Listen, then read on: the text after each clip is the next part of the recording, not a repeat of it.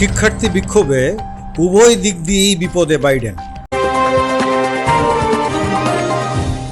ফিলিস্তিনের সমর্থনে শিক্ষার্থীদের বিক্ষোভে উত্তাল যুক্তরাষ্ট্রের বিশ্ববিদ্যালয় ক্যাম্পাসগুলো। গাজা ইসরায়েলি অভিযানের প্রতিবাদে তাদের এই বিক্ষোভ। আইনশৃঙ্খলা রক্ষাকারী বাহিনীর সঙ্গে মুখোমুখি অবস্থানে রয়েছেন বিক্ষোভকারীরা। ঘটছে নির্বিচার আটকের ঘটনা। অন্যদিকে ইসরায়েল ও হামাসের মধ্যকার শান্তি আলোচনার মধ্যস্থতার জন্য মধ্যপ্রাচ্যে কূটনীতিকরা জড়ো হয়েছেন। তাদের উদ্দেশ্য যুদ্ধবিরতি। দেশ বিদেশে এমন পরিস্থিতি মার্কিন প্রেসিডেন্ট জো বাইডেনকে নতুন এক আভ্যন্তরীণ রাজনৈতিক সংকটে আষ্টেপৃষ্ঠে জড়িয়ে ফেলেছে। বাম ও ডান দুই মেরুর থেকেই চাপে পড়েছেন বাইডেন। বামপন্থীরা অবিলম্বে যুদ্ধবিরতি চান, শান্তি চান। আবার মার্কিনিরা মনে করছেন ক্যাম্পাসগুলোই নজিরবিহীন এমন বিক্ষোভে শিক্ষার পরিবেশকে বাধাগ্রস্ত করেছে, শান্তি শৃঙ্খলা নষ্টের ঝুঁকি তৈরি হয়েছে। ফিলিস্তিনের দক্ষিণাঞ্চলের রাফায় উদ্বাস্তুদের তাঁবুর সামনে টানানো একটি ব্যানার মনোযোগ কেড়েছে। যুক্তরাষ্ট্র জুড়ে চলমান ছাত্র বিক্ষোভের বিষয়টি উঠে এসেছে। তাতে লেখা রয়েছে, কলম্বিয়ার শিক্ষার্থীদের ধন্যবাদ। অনেক তাঁবুর সামনে যুক্তরাষ্ট্রের বিক্ষোভকারীদের কৃতজ্ঞতা ও সংহত জানিয়ে ব্যানার টানানো হয়েছে। কয়েকজন আমেরিকান সাংবাদিক এসব ছবি ভিডিও করে প্রকাশ করেছেন। এতে বোঝা যায় চলমান বিক্ষোভের রেশ মার্কিন ভূখণ্ড ছাড়িয়ে রাফাতেও পৌঁছে গেছে। গত কয়েক সপ্তাহে যুক্তরাষ্ট্র জুড়ে বিভিন্ন বিশ্ববিদ্যালয় ক্যাম্পাস থেকে 2000-এর বেশি বিক্ষোভকারীকে আটক করেছে পুলিশ। গত মঙ্গলবার রাতে লস অ্যাঞ্জেলস ইউনিভার্সিটি অফ ক্যালিফোর্নিয়ার ইসরায়েলপন্থী মুখোশধারী এক গোষ্ঠী বিক্ষোভকারীদের তাঁবুগুলোর উপর হামলা চালায়। বাতিল হয়ে যায় ক্লাস। ক্যাম্পাসে পুলিশ ডাকা হয়। পুলিশ এসে বিক্ষোভকারীদের তাঁবু উঠিয়ে দেয়। অনেকটা একই চিত্র দেখা গেছে নিউ ইয়র্কের কলম্বিয়া বিশ্ববিদ্যালয়েও। বিক্ষোভকারীরা একটি প্রশাসনিক ভবনে নিয়ন্ত্রণ নিয়েছিলেন। পরে পুলিশ গিয়ে বিক্ষোভকারীদের ও তাদের তাঁবুগুলি সরিয়ে দেন। আটক হন অনেকেই। এমন এক সময়ে এই অশান্ত পরিবেশ দেখা গিয়েছে যখন গাজার যুদ্ধ পরিস্থিতি নিয়ে দুশ্চিন্তা বেড়েছে। ইসরায়েলি সামরিক বাহিনী রাফায় বড় পরিসরে স্থল অভিযান শুরুর প্রস্তুতি নিচ্ছে। গাজার 10 লাখের বেশি উদ্বাস্তু এখন রাফায় আশ্রয় নিয়েছে। এই পরিস্থিতিতে সেখানে অভিযানের আগে ইসরায়েল বলছে হামাসের সর্বশেষ দুর্গ রাফা, তাই সেখানে অভিযান চালানো হবে। হামাস ও ইসরায়েলকে যুদ্ধবিরতি চুক্তিতে রাজি করাতে কয়েক সপ্তাহ ধরে চাপ দিয়ে যাচ্ছে ওয়াশিংটন।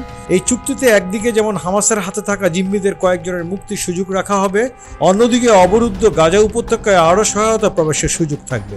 ফিলিস্তিনিদের গাজার উত্তরাংশে ফেরার সুযোগের বিষয়টিও চুক্তিতে থাকতে পারে। সম্প্রতি মধ্যপ্রাচ্য সফর করেছেন মার্কিন পররাষ্ট্রমন্ত্রী অ্যান্টনি ব্লিংকেন। গত অক্টোবর গাজা ইসরায়েলি অভিযান শুরুর পর এটা তার 7ম মধ্যপ্রাচ্য সফর। এবারের সফরে আরব ও ইসরায়েলি নেতাদের সঙ্গে বৈঠকে তিনি রাফায় অভিযান ঠেকাতে শেষ চেষ্টা করেছেন। কেননা বিশ্লেষকরা বলেছেন রাফায় অভিযান মানবিক বিপর্যয় ডেকে আনবে। যুক্তরাষ্ট্রের পররাষ্ট্র মন্ত্রণালয়ের গত বৃহস্পতিবারের ব্রিফিংয়ে মুখপাত্র ম্যাট মিলার বলেন, সাম্প্রতিক আলোচনায় ইসরায়েলিরা উল্লেখযোগ্য ছাড় দিয়েছিলেন। হামাস বলেছিল যে চুক্তিতে পৌঁছতে শর্তে রাজি হওয়া বেশ গুরুত্বপূর্ণ। গত শুক্রবার হামাসের নেতৃত্ব জানায় সাম্প্রতিক প্রস্তাবের বিষয়ে ইতিবাচক মনোভাব নিয়ে পর্যালোচনা করছে তারা। শনিবার থেকে মিশরের কায়রো শান্তি আলোচনা শুরু হচ্ছে। সেখানেও প্রতিনিধি দল পাঠিয়েছে হামাস। শান্তি আলোচনায় যে কোনো অগ্রগতি বাইডেন প্রশাসনের জন্য সুখবর বয়ে আনবে, স্বাগত জানাবে ওয়াশিংটন। কেননা গাজা উপত্যকায় বেসামরিক মানুষের রক্তপাত ও দুর্ভোগ কিছু সময়ের জন্য দূর হলেও বাইডেন প্রশাসনের উপরে জেঁকে বসা চাপ কমে আসবে। সংবাদ সম্মেলনে মধ্যপ্রাচ্য নিয়ে মার্কিন তৎপরতার পেছনে চলমান ছাত্র বিক্ষোভের প্রভাব থাকার কথা প্রত্যাখ্যান করেছেন মিলার। তবে তিনি বলেছেন, দেশে বিদেশে অশান্তি নিয়ে সংবাদ মাধ্যমের প্রচার এড়ানো কঠিন বিষয়। ব্লিংকেনের মধ্যপ্রাচ্য সফরের সময় বিভিন্ন আলোচনায় এই বিষয়টি উঠে এসেছে। চলমান ছাত্র বিক্ষোভে বাইডেনের উপর চাপ বেড়েছে, একথা স্বীকার করতে নারাজ যুক্তরাষ্ট্রের সরকারি কর্মকর্তারা।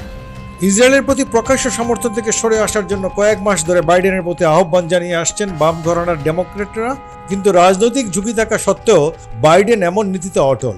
মার্কিন তরুণ ও কৃষ্ণাঙ্গ ভোটারদের অনেকের মধ্যেই গাজায় ইসরায়েলি আগ্রাসন নিয়ে সমালোচনামূলক মনোভাব তৈরি হচ্ছে, আর এই ভোটারদের বড় অংশই ডেমোক্রেটপন্থী। আসছে নভেম্বরের নির্বাচনে বাইডেন তীব্র প্রতিদ্বন্দ্বিতার মুখোমুখি হতে যাচ্ছেন। সাম্প্রতিক জনমত জরিপগুলো অন্তত তাই বলছে। নির্বাচনে ব্যবধান গড়ে দিতে পারেন প্রতিদ্বন্দ্বিতাপূর্ণ অঙ্গরাজ্যগুলোর ভোটাররা। এইসব অঙ্গরাজ্যে বাইডেনের প্রতি সমর্থন কিছুটা কমে এসেছে। এ বিষয়ে উইসকনসিন ইউনিভার্সিটির রাষ্ট্রবিজ্ঞানের অধ্যাপক জেসিকা উইকস বলেন, মিশিগান ও উইসকনসিনের মতো অঙ্গরাজ্যগুলোর জনপ্রিয়তার ব্যবধান খুবই সামান্য। এবারের প্রেসিডেন্ট নির্বাচনে এইসব অঙ্গরাজ্যের ভোটাররা গুরুত্বপূর্ণ হয়ে উঠবেন। আমার মতে গাজা যুদ্ধের জন্য এটা আরও গুরুত্ববহ হয়ে উঠতে পারে। অন্তত এখন পর্যন্ত এটাকে একটি ঝুঁকি বলেই মনে হচ্ছে, যা বাইডেন গ্রহণ করতে ইচ্ছুক। সর্বোপরি গাজায় যুদ্ধবিরতি চুক্তি হোয়াইট হাউসে বাইডেনকে স্বস্তির নিঃশ্বাস নেওয়ার সুযোগ এনে দেবে ঠিকই, কিন্তু বাইডেনের সামনে থেকে শক্তিশালী রাজনৈতিক হুমকি দূর করার জন্য গাজায় যে ধরনের টেকসই শান্তি প্রয়োজন তা এখনও অধরাই রয়ে গেছে।